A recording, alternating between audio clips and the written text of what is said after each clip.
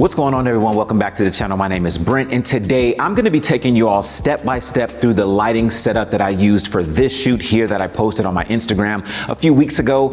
It's probably been one of my most requested lighting breakdowns, and I did a small version on Instagram, but I wanted to bring a full-fledged version to YouTube because that shoot, I used a cyc wall, and 9 times out of 10, you all see me using a backdrop. So I want to show you how to get the exact same look by using just a backdrop. If you're seeing this video right now, then that means the Master of Light bundle is out. The new Creative Lighting Playbook is out. So click the link in that bio. We have so many different options for you to level up your studio lighting. I'm excited to get into this content. Let's hop right in. Let's start things off with our key light, and this light is extremely important, mainly due to its placement. This is gonna be the light that is gonna make sure that we are not spilling a ton of light onto our backdrop. So what we're gonna do here is I have an 8600 BM, but it also has, I'd say this is a medium-sized softbox. I do have a bigger softbox, and you can use a bigger one if you have a subject who is larger, but my model today is not super tall, so I don't need to bring out a super large softbox. I'm also gonna have this gridded, and normally I like to shoot in the Rembrandt position, but for today, I'm going to be shooting in more of like something in between Rembrandt and side, because I want to be able to feather this light away from my backdrop. The second thing that you're going to notice is just how far away from the backdrop we are. So the big key for this setup is making sure that you start way far away from your backdrop. We want to turn white into black. So the first thing we're going to do, we have our key light with a medium to large size softbox, and it needs to be gridded. That way you can flag it off and kind of feather it away from your backdrop, and you're gonna have it sort of in that Rembrandt / side light position. So let's go ahead and get some test shots with just our key light in. Again, the goal here is to make sure that we are far enough away from the backdrop, feathered enough, and our light is gridded enough so that we do not spill a significant amount of light onto our backdrop. So I'm gonna go ahead and get a shot here. I'm gonna be shooting at 70 mil, and I'm gonna be shooting these at f8. So f8, ISO 100, and my shutter speed is gonna be 1/250th because I wanna cut out any little bit of ambient light that I can. So here we go. 3, 2. And what you're gonna notice immediately is that we hit the nail right on the head. We have ensured that we have Emily fairly lit because, again, the inspo for this was very dramatic, so we do wanna still keep it dramatic. We still wanna make sure that the client is happy, but we've been able to turn that backdrop black, so from white to black, by simply bringing our subject really far off of that background, feathering our light. So again, we're still kind of in like a Rembrandt / side position. We're not like super sidey. We are still getting a little bit of Rembrandt, but we're not done with the setup yet. Let's add in the other 2 lights and kind of see what we're able to cook up here. Are you ready to elevate your studio photography lighting? Well, look no further. The Master of Light bundle is now available. Click the link in my bio. We will go over 36 different lighting setups, ranging from your typical 1 light setup all the way to 6 light creative lighting portraits. We're also going to be going over things such as light ratios and how to meter your lighting, and we cover strobes all the way to constant light. So whatever your flavor is, we've got it for you. I'm not going to waste any more time. Let's get back to the content. The next light that I'm gonna be adding in is going to be my overhead light / hair light. And this one really kind of sets the mood for the overall effect that we're going for in this particular lighting setup.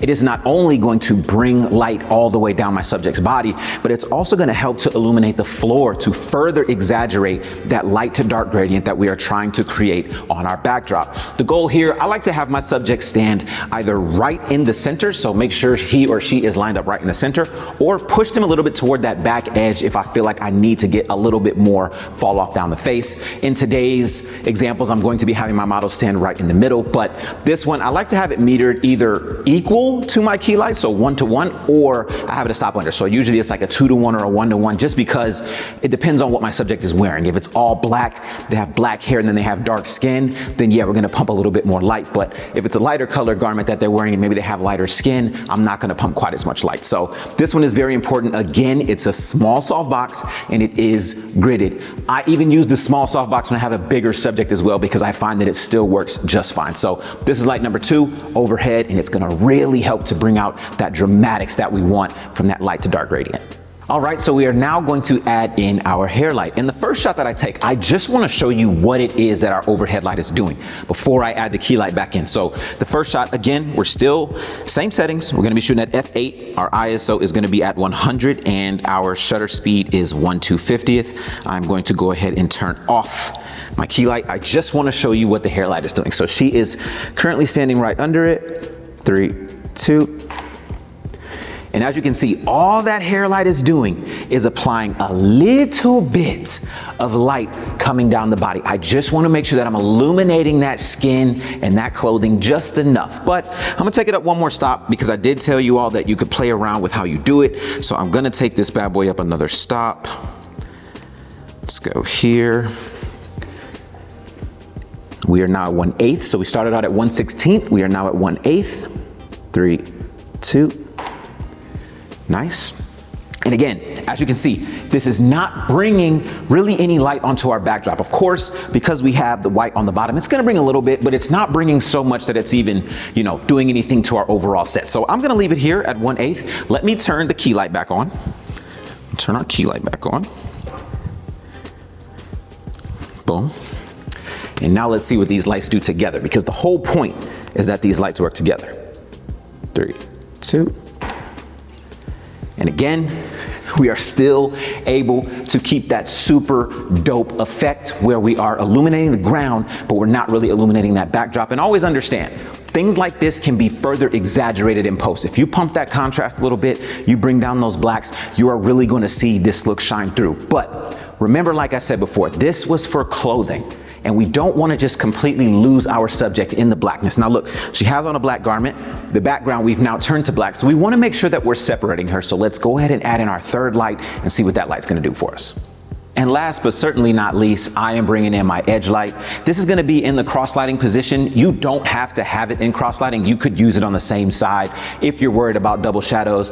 I'm not particularly worried about double shadows in this case because it is something that in editing we're probably going to take out anyway just to enhance the overall effect that we're going for. But this is to illuminate just a little bit more of our subject because we're bringing them so far off of that white. We're not really going to get any bounce back or any return. So this is to help to still be able to see the clothes because the shoot that I did was in fact for a clothing brand. So I don't want to lose the clothing in the overall aesthetic of the dramatic portrait. So this light is simply just here to bring a little bit more ambience to the clothing and ensure that I don't lose detail in the clothes.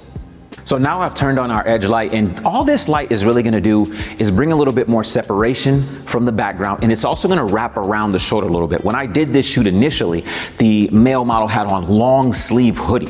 So the sleeves being black, it was really falling into the backdrop, especially once you take it in post and you kind of further exaggerate that darkness. So I just wanted to bring a little pop of light because there was some wording on the sleeves and such. So this is what our look is going to look like once we have all three of our lights on. And I do have my edge light metered to 2 stops under my key light. Here we go. 3, 2. Good. 3, 2. Let's get one more here. 3, 2. Super dope. And all that's doing, again, whew, we love it. It is bringing in just a little more dramatics to our overall setup. It's bringing her off of that backdrop just a little bit more, and it's providing that separation that we need. We do lose a little bit of light on this side of her face when we have this light in more of that sidey position. So in the event that you have to bring it more toward the side, this is gonna help to bring a little bit more light to the other side of the face. I do wanna take a few medium/close-up shots just to show you all what the setup looks like when you have all 3 lights on. So here we go. 3, 2, nice. 3, 2, 3, 2, perfect. Dude, what you're gonna notice, you get to keep that background super dark. And that is the biggest thing that you all are going for. And if you start to notice like, hey, I'm starting to get some spill that I don't want, of course, you could bring in a V flat, you could flag off, the left side of this light here to make sure that you're getting a lot more darkness on that background, but it's all measured into taste. This was just a way to go ahead and start to build such a dramatic shoot and kind of where I went with it. I didn't use any V flats because I didn't have any access to any V flats. And if I could have, I would have moved my model a little bit further off of that background to further illustrate what it is that I was trying to do. But this is what it looks like when you put all 3 lights together, and I hope this was super, super helpful.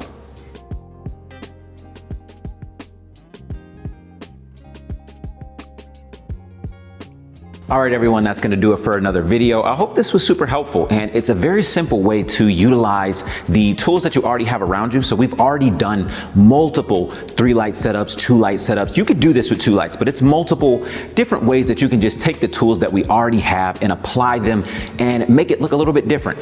Like I said, the first time that I did this shoot, it was on a cyc wall, and I know a lot of you typically use backdrops. So this is a way where you can still get that same effect that I got on the cyc wall while using a backdrop, and I wanted to bring it to you all step by step so that you could see how easy it is for you to implement this into your bag of tricks. Once again, click the link in that bio. There are now, 5, 6 playbooks on the website for you all to go ahead and elevate your studio lighting game. Do not let anything stop you from getting to that goal that you want to get to with your studio photography, and I'm just here to be a vessel to help you along the way. Don't forget to like, share, comment, and subscribe, and I will catch you all in the next video.